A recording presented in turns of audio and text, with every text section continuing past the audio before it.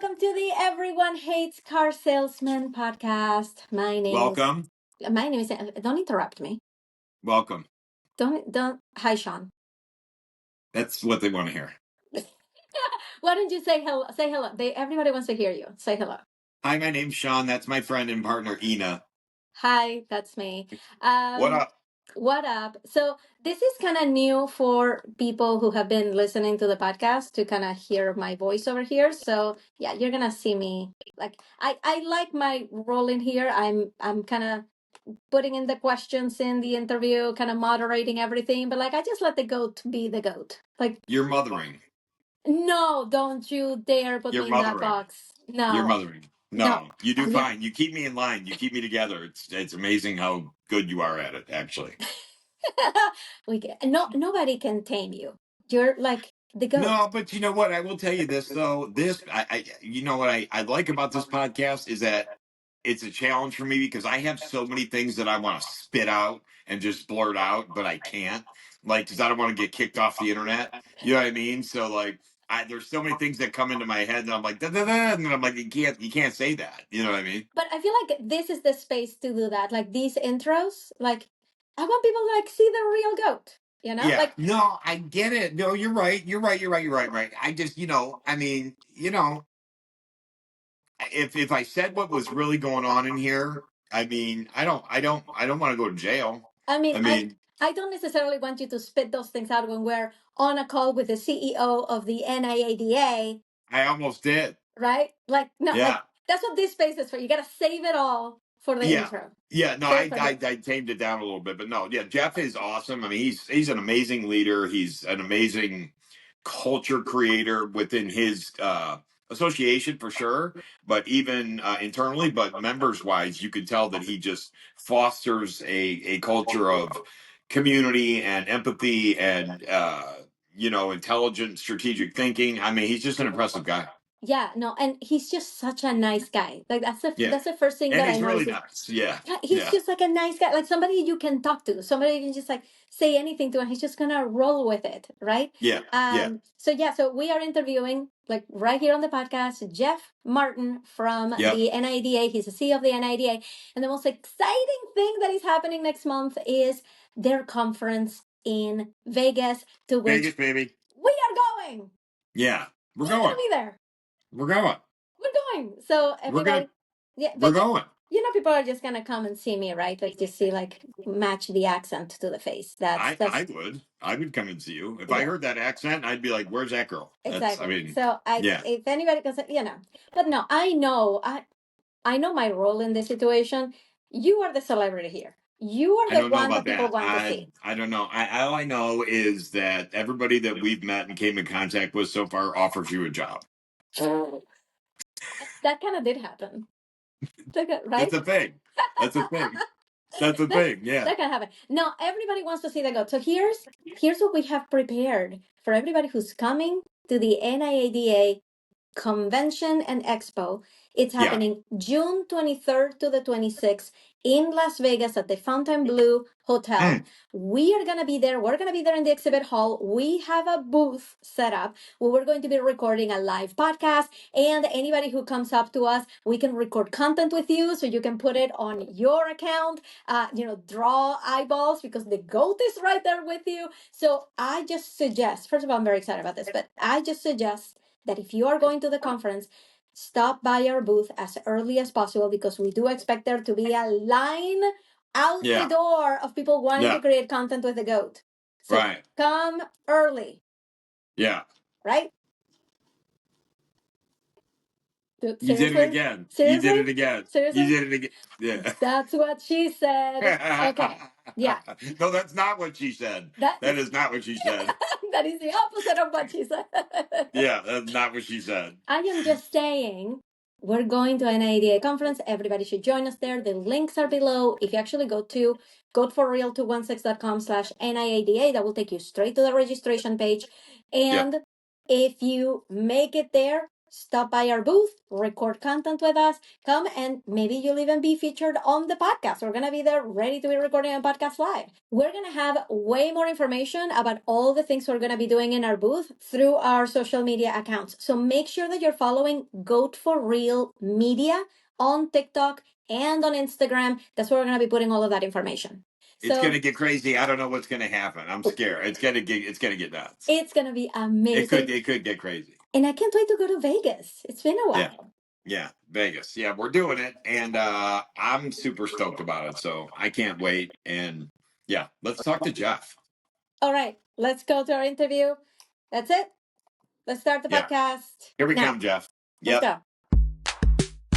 I'd like to take a minute to thank our sponsor, Sky Blue Credit Repair. Sky Blue is the oldest credit repair company in the country. They have 4.5-star reviews. And my favorite part about the company is that these are just genuinely good people who want to help you repair your credit, have a better financial life in future. Everybody at Sky Blue that you talk to is absolutely interested in helping you repair your credit, see your score go up, and have you enjoy financial freedom and be able to live the life that you really deserve. I know about all of the other credit repair companies. Sky Blue Credit Repair, in my opinion, is the #1 credit repair company in the country. There are not better people in that industry than the people over at Sky Blue Credit. Links in the bio. Tell them the GOAT sent you.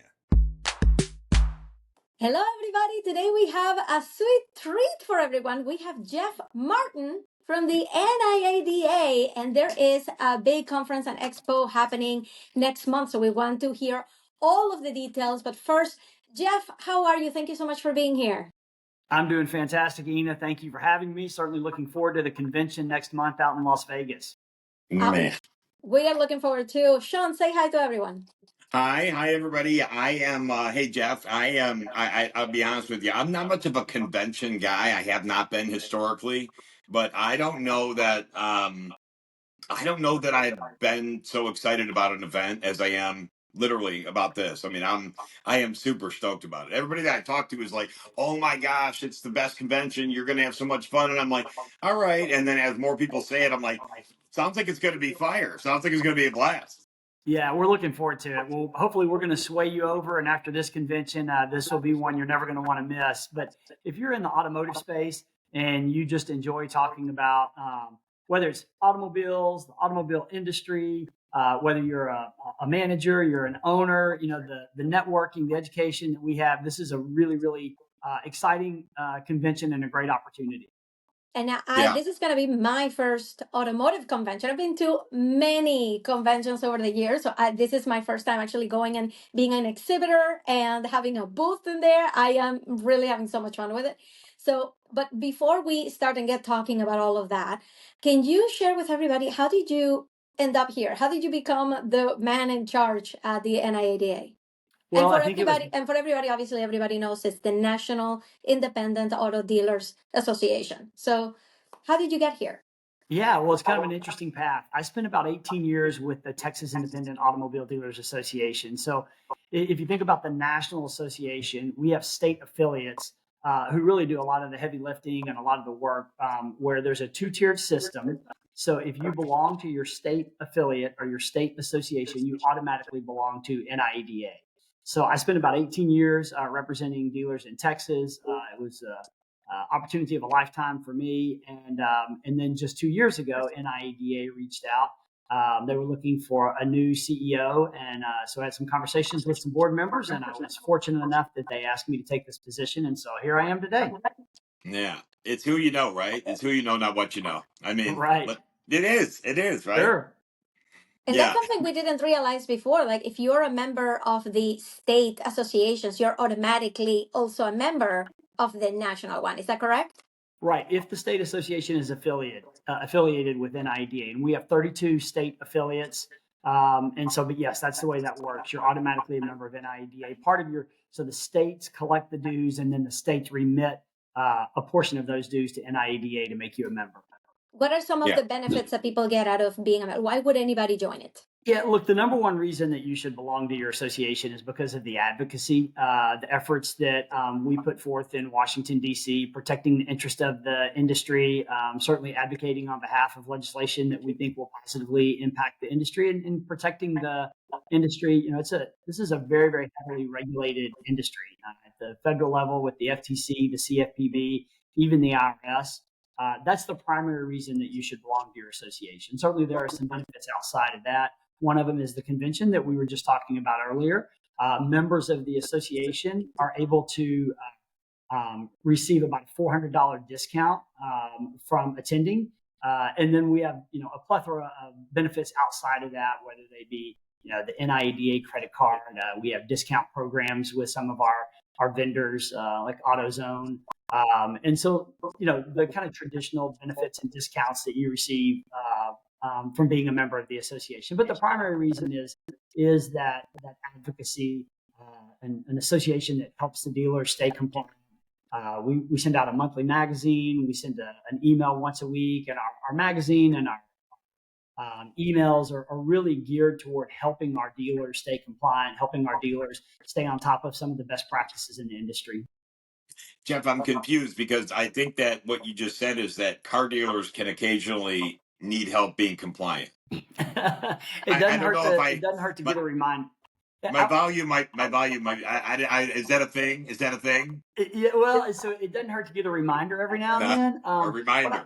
But I'll also say this, Sean, it's a pretty complex industry, and so while, we always say, like, just kind of do the right thing, take care of your customer, and everything kind of takes care of itself. But there can be a lot of complexity, and sometimes legislation is introduced, and the unintended consequences of legislation typically is what ends up hurting really any industry.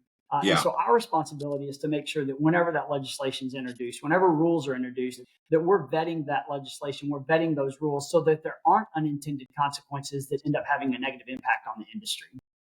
Yeah, and being a guy who's been in stores, running stores, owned a few stores, I can tell you this with the compliance thing, where an association like yours is truly invaluable, is because, especially in the independent space, right? I try to paint the picture. There's a guy who owns a car lot, and that's how he, generates income for his family and his livelihood. And really, all that guy cares about when he wakes up every single morning is, how do I make the next car go over the curb? And Right. things like compliance and just the details and the I's and T's can get lost in the scrum. And to have somebody like yourself in the association having your back, it really does give you peace of mind. I mean, it's the money that you have to spend to join your association is minuscule in your state association, and then indirectly yours is minuscule compared to the peace of mind. I mean, as a dealer, I can tell you that. Yeah, no, I mean, obviously, I would echo that. Whether you are, whether there's an issue going on at the state level or at the federal level, and you mentioned earlier, Sean, you want to sell more cars. That's what we want you thinking about. That's what we want you doing. Like take that compliance side and make sure that your state association and your national association is focused on that. At the end of the day, that's how it should work, right? And as well as this kind of goes without saying, but unity creates a much stronger voice. And so if you want to go have a conversation with your legislator or your congressman or congresswoman, that's one voice out there. But if we band together and we've got over 13,000 dealers that are saying the same thing, it's going to get a lot more attention. And so, that's just part of the value of being a part of an association, is that you create a lot of unity and that voice becomes a lot stronger. And I'm wondering, are you at liberty to share what is the biggest fight being fought in Washington right now that you guys are in the forefront fighting for the dealers? Yeah, I mean, sure, we're at liberty to say this.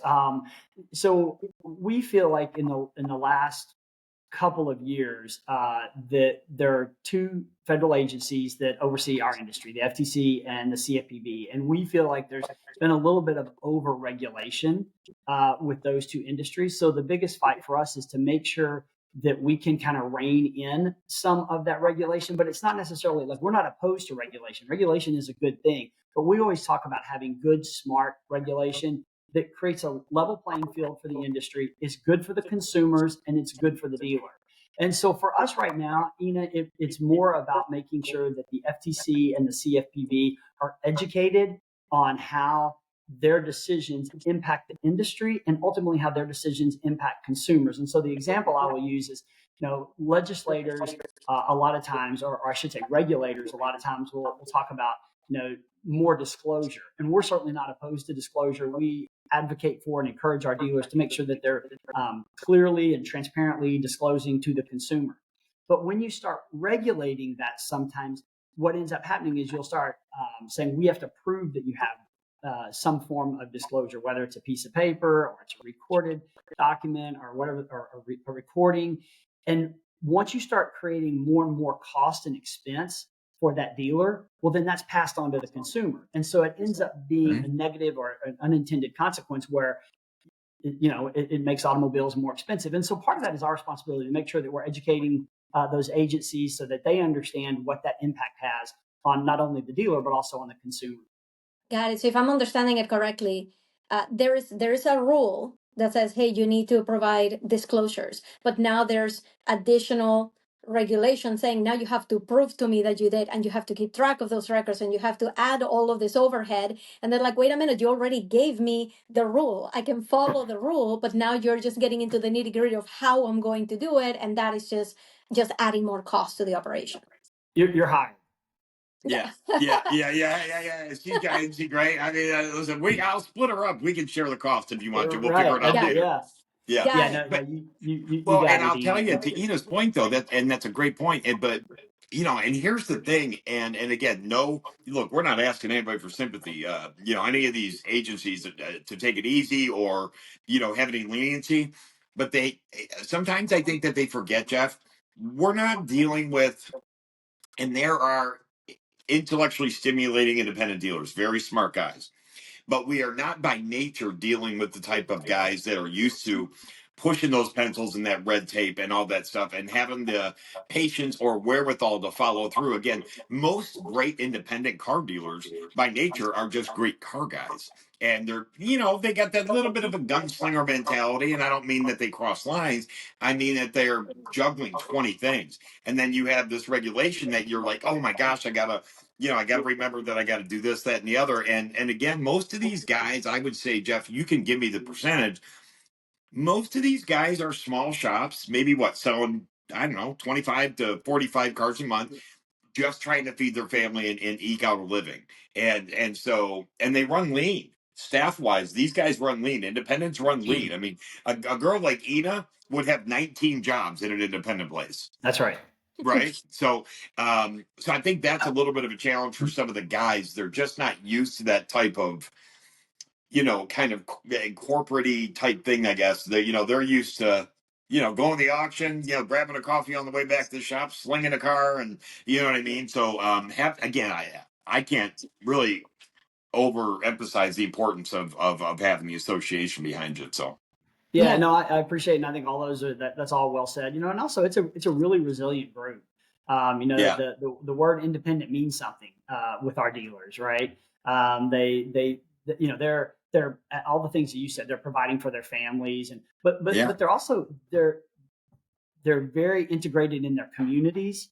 Yes. They're very actively involved in the social side of making sure that they're a part of the fabric of the community, and that's kind of who they are and what they want to be. And you had talked about one person wearing a lot of hats. I mean, this as well as anybody. Owners of independent automobile dealerships, they wear a ton of hats. And you're right. Very rarely does anybody get into any business and says, man, what I really want to get in this business for is to kind of understand the red tape. I mean, it's a part of it, and they do a fantastic job at it. Particularly when it comes to like being transparent and taking care of your members. But it's not the reason someone got into the job, got into the business, right? They got into the business because they enjoyed cars, or they wanted to sell cars, or they wanted to be in business for themselves, whatever the case may be. And like that's the thing they really want to focus on. So at the end of the day, your association, part of our responsibility is to try to help you understand the compliance, and then ultimately help you stay compliant. And education is really the key to all of that. Speaking of compliance, I'm really curious. What is one thing that you see most dealers like forgetting this piece about compliance, that if they just remember to just put that in their process, life would be so much easier. Like, what is that reminder you want to give them right now? Jeff, can I Sean is take raising his hand. Yes, Sean. I'm gonna give you one that I know is a deal. FTC stickers on your cars. I mean, as is stickers. as is stickers on your cars. You can walk into any ENA, you can walk into any car lot in America right now, and there will be cars out there that are being repped for retail sales, and they don't have the correct stickers on the windows. Jeff, am I wrong? That there could be a car or two that may be missing a sticker or two. Right. Yeah, it's crazy. But go ahead. What's your opinion? What's your opinion on Well, it? I think that's a good one, and that's an FTC rule. And I'll say, many times what ends up happening is, you get a shipment of cars in, and before that vehicle is to be made like frontline ready or put in line for a retail sale, it just came off of the trailer, and maybe it hasn't gone through the process. Well, consumers, if they're at your lot and they see a vehicle that just came off of the trailer, they may be interested in that particular vehicle. Well, Yeah, if we haven't done a good job with our at the dealership, making sure that salesperson knows that vehicle is not ready for sale, consumers don't understand. But they just see that these vehicles just got off the trailer. And, if you don't have if your setup is not such where vehicles can be dropped off at a different location, they're really in these smaller dealerships that you were talking about earlier, Sean. If you're selling, 30 to 40 cars a month, those cars are being dropped off in front of your dealership. And so that's one of those that, I kind of call that gotcha government. Look, most of the auditors and the examiners, if they see something like that, they're gonna understand. But that's an easy one to kind of let that slip through the cracks, because it's on the lot, but it may not be ready for retail just yet. Yeah, that's a good example. Yeah. Got it. So now everybody knows. So thinking more a little bit of futuristic, what is something that you are seeing that most independent dealers aren't really talking about, but you feel like they should be, like it's time? Wow, that's interesting. I don't know that there's something that they're not talking about, but I will tell you something that is we're hearing a lot more of this is artificial intelligence. How can our dealers use artificial intelligence, and in what areas in their dealership? And I think that we're finding it can touch a lot of different areas, right? And I know a lot of people are. I mean, we're the same way at the association. We're learning more and more about AI. So I think that's going to be a lot of the future for our industry, is figuring out, like, we're really data driven in our industry. And so I think understanding like how we can use that data to be more efficient, to be more productive. To me, I think you're going to see a lot of that in the future. Is more and more of the AI trickling into our industry, and our dealers finding. And I mentioned earlier, they're an unbelievably resilient group. It's a very intelligent group of business owners, and they will find ways to use these new softwares, this new product, to be more efficient and more productive. Jeff, I made my AI avatar yesterday. Oh, I saw this. It is so I don't know what I feel about it yet. I don't know. Jeff, I'm gonna make you an AI avatar. Oh, no. I am telling you, Ina. Now, Ina has an extensive computer digital background, so she, after a minute, was able to pick up on it. But my closest friend is my younger sister, my little sister. She's my bestie. So I went and met her at the park yesterday. We're walking through the park, and I said, "Hey, do me a favor. I just did this video." I said, "Will you tell me if do I sound and look all right? Like, I just feel like something's off." My sister watched this video 3 times and was like, "No," and I go, "It's not me. That's AI." She's like, "Oh my God," like mind blown. And so you're right. I mean, that is coming fast and hard. I agree. And I'm really curious. I'm really curious, like what are these conversations? Because I know that at the conference, at the expo, there's going to be a lot of talk about AI, on stage in breakout rooms.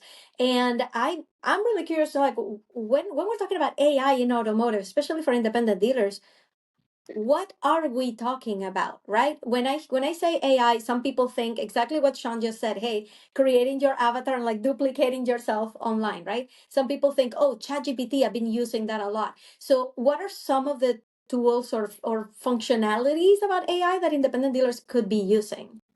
Ina, I wish I knew the answer to that question. I think you're going to have to come to the convention to find out. We Yeah. have that was a nice lead in there. Yeah.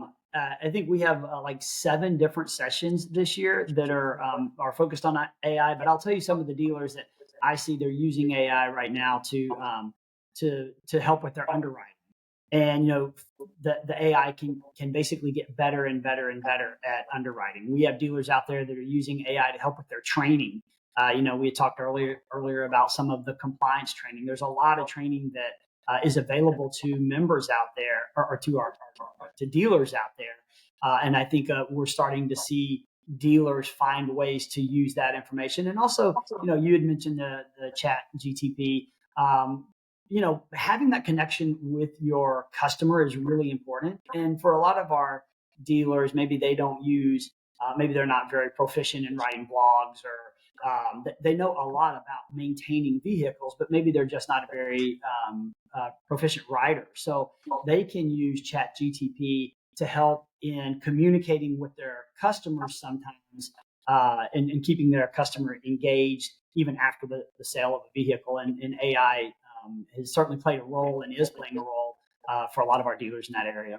I can totally see that happening. I actually was doing the marketing for a company that that services and upgrades Vanderhall motorcycles. I don't know if you're familiar with these, like really Oh, yeah. unique style motorcycles. And one thing that we did, The trike. yeah, like yes. Yeah. So one thing that we did for them was they just gave us all of their knowledge about Vanderhalls. Like this guy Troy Stepp, he's a guru on Vanderhalls, and he just wrote like a manifesto on like this is how you take care of your thing. We took that, ran it through ChatGPT, and created 10 different blog posts Right. on how to do this. And now his brand can be expanded online just by having this content, just hitting Vanderhall and his store and his name and everything associated with it, just by him just giving me everything. And then now content exists. So Right. I mean, the functionality is just like insane. I can't wait to see what they talk about at the conference. Which kind And of, Ina, I would say this too. Like, to me, like that's the tip of the iceberg. That is right, really the tip of the iceberg when you're talking about using, chat GTP or AI Yeah. to write a blog. I mean, it's because I think for our guys, when it gets into, using this for analytics to help them probably be a little bit more successful in looking at their own numbers, I think that's where you'll really start to see it explode in our industry. yeah. Yeah. Sorry, I wanted to know more about the conference. Sorry, Sean, I didn't mean to interrupt you. Or That's gonna say okay. something. No, I was getting, well, so I had a question, Jeff. So, you have, there's a lot of, we get the N, the I, the A, the A. I mean, we got a lot of letters, but your letters are pretty impressive. CEO.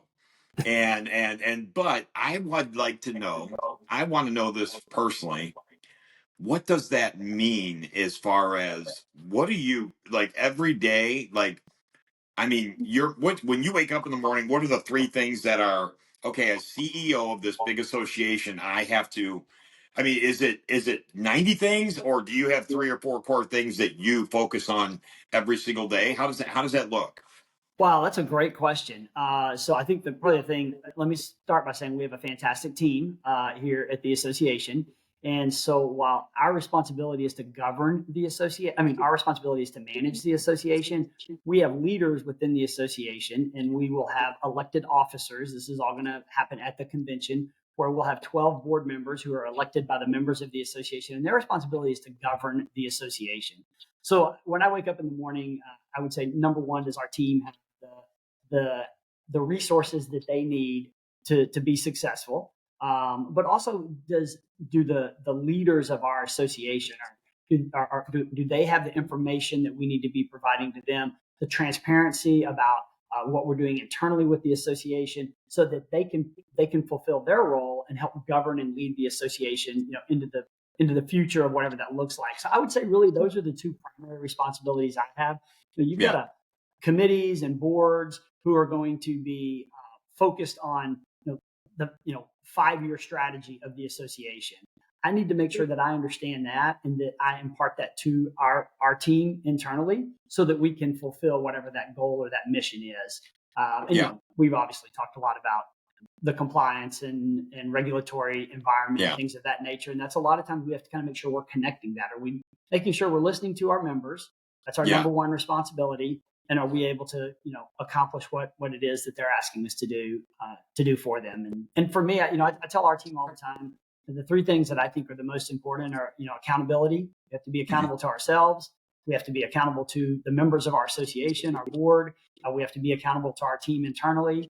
I think confidence is really important, to say we're going to move forward. And sometimes it's confidence to try something new, and a lot of confidence to say that didn't work and we're going to try something else. And then the third thing for me is empathy. And if you have those three things, you're probably gonna do okay. Yeah, I agree. I love it. So, what is the 5-year strategy? What can you tell us? What's the inside scoop?